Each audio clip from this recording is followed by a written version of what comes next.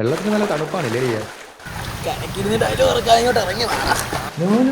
ഈ കുളത്തിലും കായലൊന്നും ഞാൻ കുളിക്കാറില്ല. ഞാനൊക്കെ കടലിൽ നീന്തൽ പഠിച്ചവരാ. എനിക്കതറിയില്ല. കുളത്തിൽ പിടിച്ച മുക്കിയാലോ.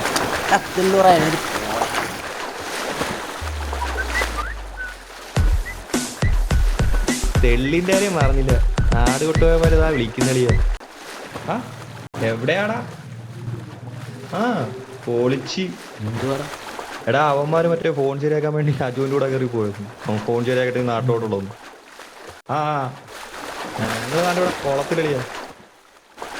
ആണാ ഇവിടെ കുളത്തിൽ കുളിക്കാന്ന് പറഞ്ഞ എടുത്തോണ്ടോന്നേടാ. പല്ലി പോലും നെയ്റ്റില്ല.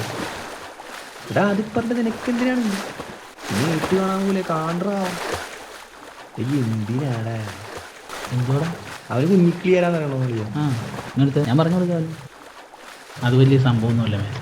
ഞങ്ങൾ 5ാം ക്ലാസ് തൊട്ട് ഒന്നിച്ചായിരുന്നു. പിന്നെ പഠിക്കാൻ വലിയ ബുദ്ധിജീവിയായിട്ട് 10ാം ക്ലാസ്സിലാണ് ഞങ്ങൾ തോറ്റി. നമ്മൾ പിന്നെ +1 മേൻ കണ്ടുമുട്ടിയ. അതുകൊണ്ടാണ് നിനക്ക് അവനെ അറിഞ്ഞൂടാത്ത. എന്താ കാര്യം നീയൊക്കെ വാ, അതൊന്ന് കണ്ടു നോക്ക്.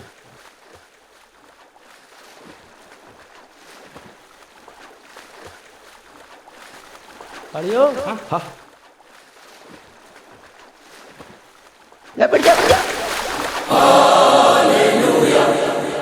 നിനക്കൊരു മാറ്റവും ഇല്ലേടാ. നിങ്ങളൊക്കെ കണ്ട പ്രാളത്തില് കോളേജാക്കാട്ടില്ല. അതൊക്കെ പോട്ട് മറ്റേ ഐഡിയയുടെ എന്തേടാ വല്ല നടക്കൂ. അത് പറഞ്ഞപ്പോഴാ ഇന്ത്യയിലൊരു ഐഡിയ ഉണ്ട്. ആളെ ഈ ഷൈജോട്ടുള്ള വിഷയം നമ്മളെ ശാന്തോണ്ണു കേട്ടടാ. ശാന്തി വേണനാ? ആളെയാ ഈ പേര് കേട്ടിട്ട് വലിയ ഏജൊന്നും തോന്നത്തില്ല. നമ്മളെ കണ്ടു കാണും. ആള് പക്ഷെ മുറ്റാണ്. ശാന്തോണ്ണ ആരാന്ന് അവിടുത്തെ കൊച്ചു പിള്ളേർക്ക് വരെ അറിയാം. അതെനൊക്കെ കണ്ടിരിക്കാം. ഞാൻ പോയി ചോദിച്ചു.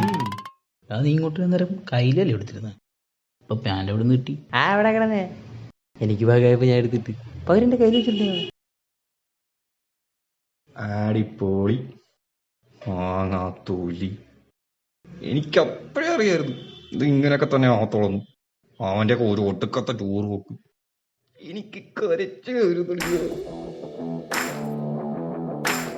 പഠിക്കുന്ന കാലത്ത് ഉള്ള ക്ലാസ്സുകളിൽ തോറ്റ് ടീച്ചർമാർ വായിരിക്കുന്ന കേട്ട് മാങ്ങാണ്ടിയും പിറക്കി കിളിത്തിരം പറഞ്ഞു നടന്ന ഒരു കുഞ്ഞിക്കിളിനെ നിനക്ക് കാണും.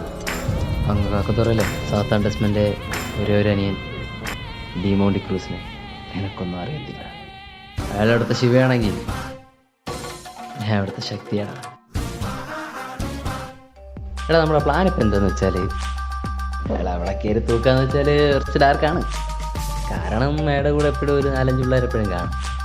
പിന്നെ ആകെപ്പാട് നമുക്കുള്ള ഒരു ഭാഗ്യം തോന്നിച്ചെങ്കിൽ 4 മണി തൊട്ട് 6 മണി വരെ പുള്ളി ബീച്ചിൽ കാണും. അതെന്തിനാണ്? കഞ്ചാവടിച്ച് കീറിയിരിക്കുന്ന ആളുകൾ പറയുന്നത് ലവ് ഫെയിലിയർ ആണെന്ന് പറയുന്നുണ്ട്. പക്ഷെ അതൊന്നും ആർക്കും അറിയത്തില്ല, ആർക്കും ചോദിക്കാനുള്ള ഗച്ചമില്ല. പക്ഷെ നമുക്ക് പറ്റിയ സമയം ആ സമയത്ത് ഒന്ന് അയാളവിടെ കാണും. പൊളിച്ചടാവത്തെ ഇതെന്നാ പ്രാന്ത് കളിയാടാ.